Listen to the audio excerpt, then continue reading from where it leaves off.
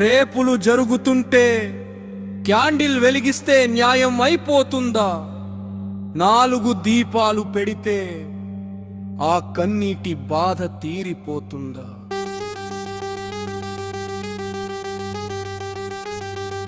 దసరా వస్తే రావణుడిని తగలబెడతాం కదా, మనుషుల్లో ఉన్న రాక్షసుడిని ఎప్పుడు తగలబెడతాం? క్యాండిల్ వెలిగించడమే న్యాయమా? కన్నీళ్లు తుడవడమే న్యాయమా? పాపం చేసిన వాడిని ప్రశ్నించకుండా మౌనంగా ఉండడమే న్యాయమా? ఇది న్యాయమా? చెప్పండి, ఇది న్యాయమా? న్యాయం ఎక్కడా? చెప్పండి, సమాధానం ఎక్కడా?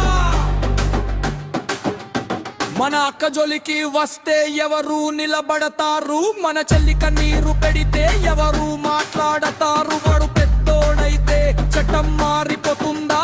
వాడు రాజకీయ నాయకుడైతే న్యాయం ఆగిపోతుందా? ఉన్నోడైతే తప్పించుకుంటాడా? పలుకుబడి ఉన్నోడైతే బయటపడతాడా? పేదోడికే చట్టం, పెద్దోడి కోసం మౌనమా? ఇది న్యాయమా? చెప్పండి, ఇది న్యాయమా? కోర్టు ఉంది కదా, తీర్పు ఎందుకు ఆలస్యం? పోలీసులు ఉన్నారు కదా, చర్య ఎందుకు ఆలస్యం? చట్టాలు ఉన్నాయి కదా, భయం ఎందుకు లేదు? వ్యవస్థ ఉంది కదా, బాధితురాలికే బాధ ఎందుకు? క్యాండిల్ పట్టుకుని రోడ్డెక్కితే సరిపోతుందా? 2 రోజులు నినాదాలు చేస్తే మార్పు వస్తుందా? పాపం చేసిన వాడికి శిక్ష పడకపోతే ఇంకా ఎంతకాలం మా గొంతు ఆగాలి? వ్యవస్థ న్యాయం చేయకపోతే ప్రజల్లో కోపం ఎందుకు రాకూడదు? చట్టం చేతిలో శిక్ష పడాల్సిన చోట ప్రజలు తల్వార్ ఎత్తే పరిస్థితి ఎందుకు రావాలి? న్యాయం ఎక్కడా? చెప్పండి, సమాధానం ఎక్కడా?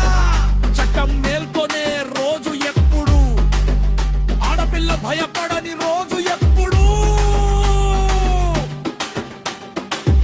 చెప్పండి, న్యాయం ఎక్కడా?